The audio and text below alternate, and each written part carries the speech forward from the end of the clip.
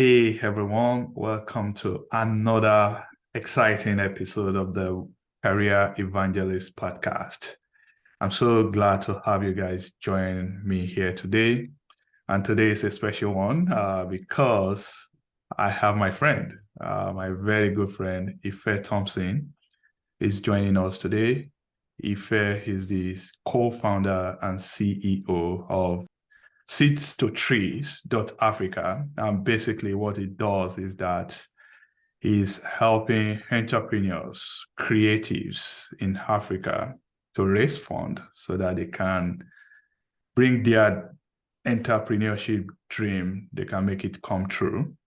So it's helping them with funds, is connecting donors with entrepreneurs, business owners. And I think that's a fantastic thing to do. So today we'll be talking with Ife, asking him questions to get more information about what he does and to see how more people can plug in so that they can take advantage of seeds to trees, what he has to offer. So this is all about crowdfunding, if you ask me. Anyway, without keeping you guys waiting any further, I'm going to bring my guest in today. Ife, welcome to the show. Yeah, good morning, good afternoon. Thank you very much for having me. Awesome. I'm glad to have you. I know I think I saw you about 3 weeks ago in church. So how are you doing, man? Not bad actually. Can't complain. So Cool, you just cool, have to be cool. thankful for the weather, thankful for everything. That's right. That's right. Mhm. So let's talk about what you do, especially relating to seeds to tree. What is seeds to tree? What is it all about? I want you to explain it to my listeners so that they can know more about what you do. Yeah, sure. Sister Street is actually a passion project, and basically what it is a crowdfunding platform specifically targeted towards content and activities in Africa. So it's pretty much in two parts. We have the African part of things, which is the innovative entrepreneurship activity, and then we have the funding part, which is kind of trying to tap into the African diaspora, especially, and also the rest of the world.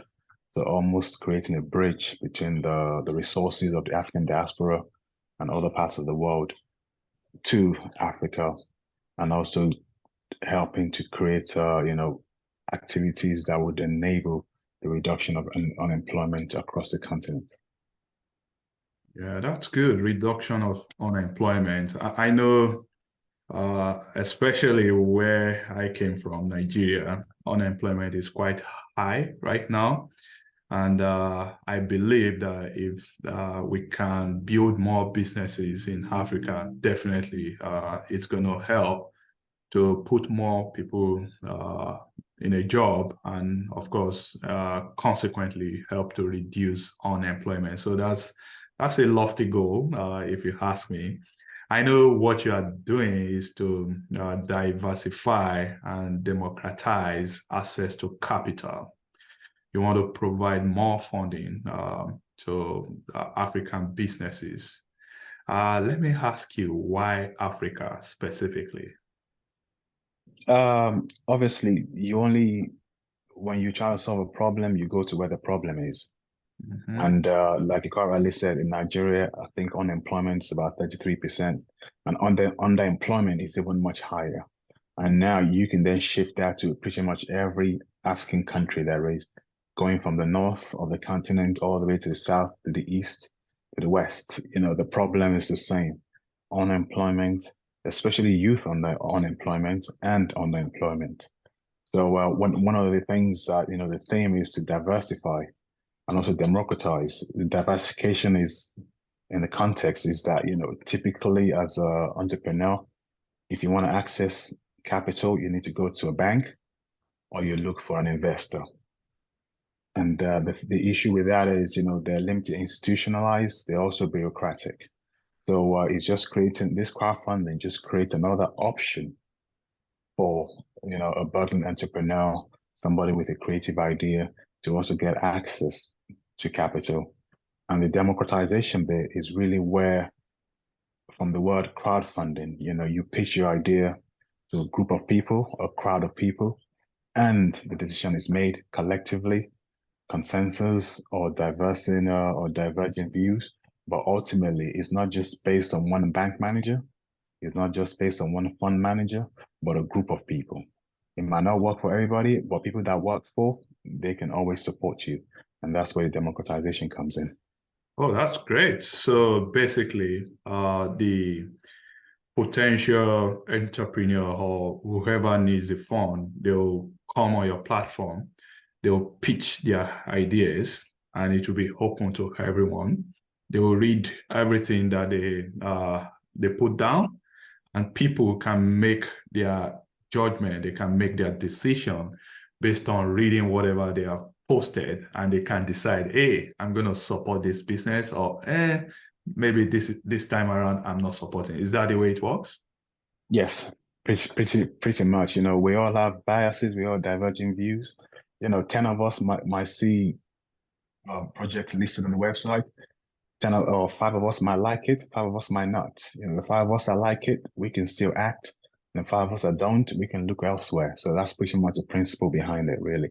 And one of the other things which we try and do is just to make sure that there's visibility with the person putting the projects on, so that the initial barrier of not knowing who you're dealing with, we try and mitigate that by ensuring that the project owner, the guy with the idea or the lady with the idea, has enough information about themselves up front. So I always like to simplify things so that people will have a good understanding of what we are doing. You mentioned bank, and of course, if people go to banks to go ask for loans, of course, bank, they will collect interest, right? I think the interest rate, we all know what's going on all around the world right now. The interest rate in the US is about 5.25%. In Nigeria, for example, that interest rate may be in the double digits, maybe 15%, 20% or higher, depending on which bank you go to. Seeds to tree. And I'm asking, let's say someone wants to put they want to raise fund through seeds to tree. I know it's crowdfunding, but we want to hear from you. Are there fees that they are going to pay? Are there maybe expenses that this entrepreneur is expected to, pay before they join, before they come on your platform to raise funds? No. So the crowdfunding is the platform is open to everybody in Africa, or at least targeting activities in Africa. So all you have to do is create an account, create your profile, list your project, and obviously provided that you meet all the criteria. We have some criteria, i.e. particular projects you can fund or you cannot fund. You cannot use as a charity means, maybe to raise for medical expenses, to raise for school fees, things like that. It's really geared towards creative entrepreneurship activity. So anybody with an idea of sort based in Africa can go on the platform and enlist. And that's all there is to it. But however, though, if you're successful in raising funds, we do have a tiny percentage of the funds you raise to cover our administrative efforts, which is about 5%. So we hold that back to be able to enhance, the funds transfer, all the other sort of, machines that keep the system going. Oh, that's good. And other than that, nothing else. Okay, so I think you listed, you were talking about the requirements or maybe criteria for raising fund. You said people cannot just come there and raise fund for maybe medical needs or maybe for school educational purposes. What are other criteria that you want to share so that people will know, hey, these are the things that Seeds to Tree is looking for? So, first of all, what we're not looking for is also criminal activities as well. You cannot raise money to facilitate any kind of crime, be it in the homeland or overseas. It has to be Again, viable, honest entrepreneurship activities. And we also have on the platform, we have different categories, which we've kind of had a broad category which we imagine projects will fall under, be it agribusiness, film and skits, uh, technology, ICT, yeah, fun, just you just have to go on the platform, look at what criteria best matches your project, and then you can select the criteria you want to, or the category you want to enlist under. Great. So apart from Nigeria, what are some other Africa countries that Seeds to Tree has some presence, or maybe that awareness that there's a platform out there where entrepreneurs can go raise funds to fund their business? So currently we cover 26 countries, ranging from Zimbabwe to Malawi to Egypt to Nigeria to Kenya to Liberia, pretty much across the whole continent. But currently, as I said, we're limited to 26 countries. The aim is to eventually cover all African countries, 55 of the countries, including South Sudan as well. So we look forward to that. Oh, that's awesome. So what are your targets? And I want to understand, maybe you have some short-term targets, long-term targets as you continue to grow this platform. So the short-term target really is just to get the ecosystem, the entrepreneurial ecosystem in Africa going by supplying, limited but still, valuable funds to the grassroots with the hope of creating or stimulating an ecosystem of growth and entrepreneurship activity, creativity, which then kind of creates an opportunity for the long-term goal, which is for African in diaspora and also other people in the world to be able to put their resources into like a seed fund to then start investing in all those projects that have been viable, that have demonstrated honesty, that have kind of tested the markets, proven the concepts, that have also gained traction in the market to then be able to use that seeds funds for further growth. Okay. So I know you are passionate about business and you are in this to help entrepreneurs to raise funds so that they can build their businesses. I know that's your main drive. So now let's think about Africa. What do you think, in your opinion, are some of the obstacles or challenges that business people that they face in growing and building successful business in Africa? There are many, but I will go into two of the main ones that I see at the forefront. The first one is the access to capital. Yeah, Not just capital, but cheap capital. And the second one is also the education, the business education.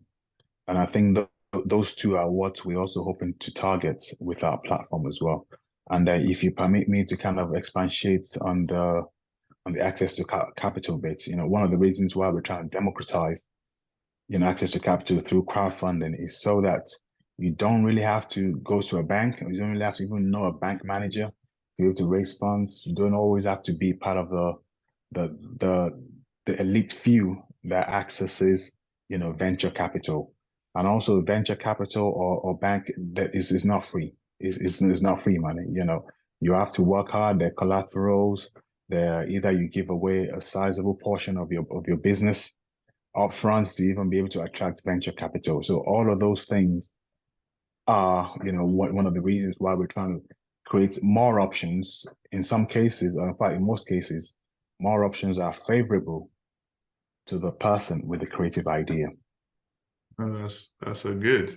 So are there any like limits, funding limits that people should be aware of? And what I mean by that is that, let's say my business, I need about $100,000 to start my business. Can I still come to Seeds to Trees, or you are only focusing on certain size of businesses?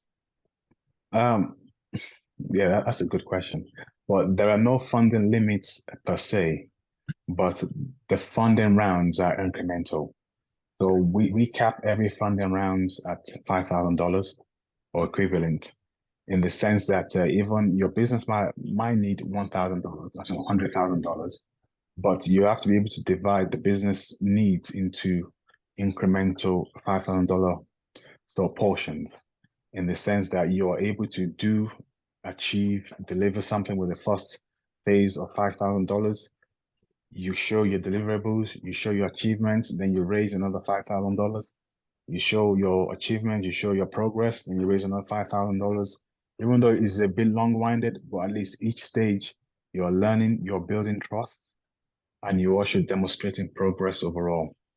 Oh, that's awesome. So basically, you would like to see results that, if we fund your business, at least go do something and show us what you accomplished with the funding that you received. So that's very good.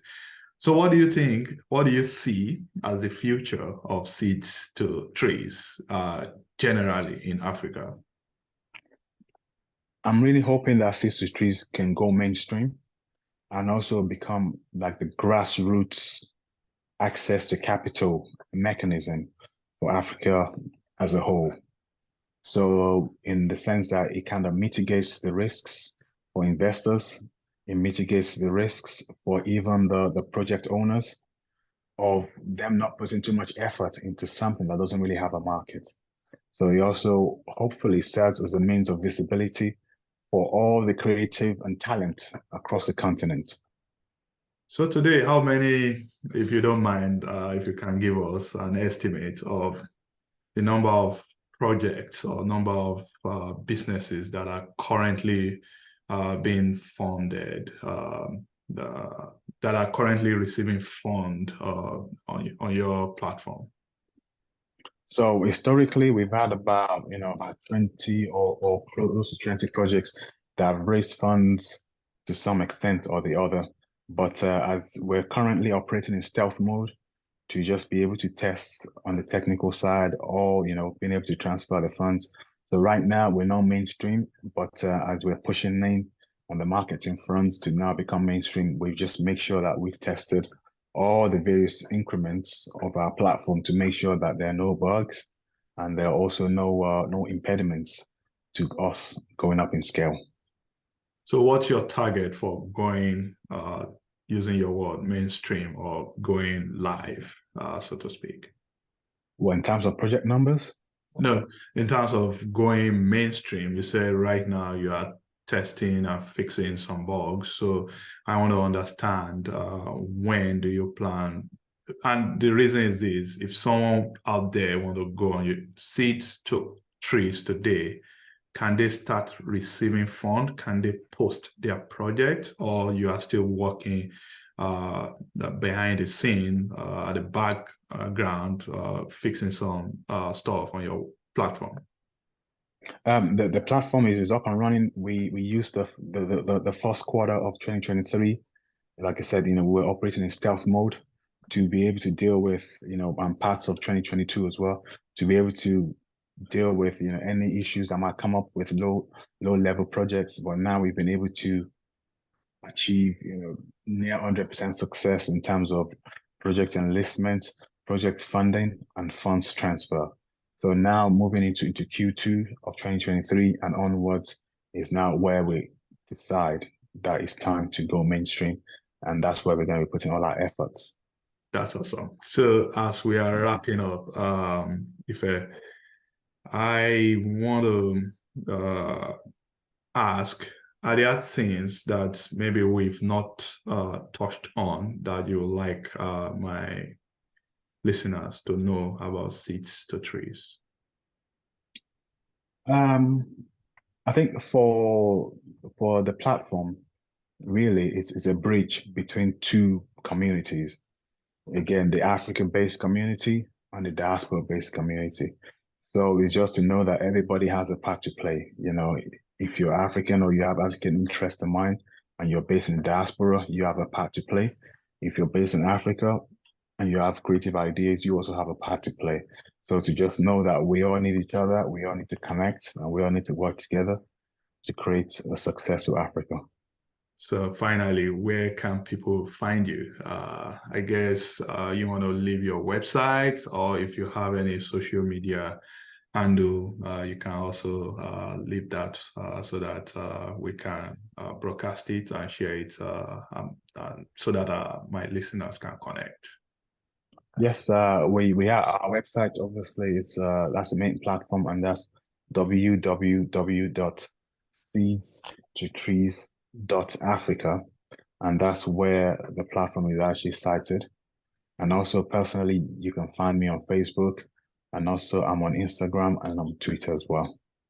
Perfect. So any parting message that you want to? I always like my guests, to motivate my listeners. So maybe in 1 minute, what can you share with people, especially those that want to consider the entrepreneurship route to, build their source of income? What can you share with them?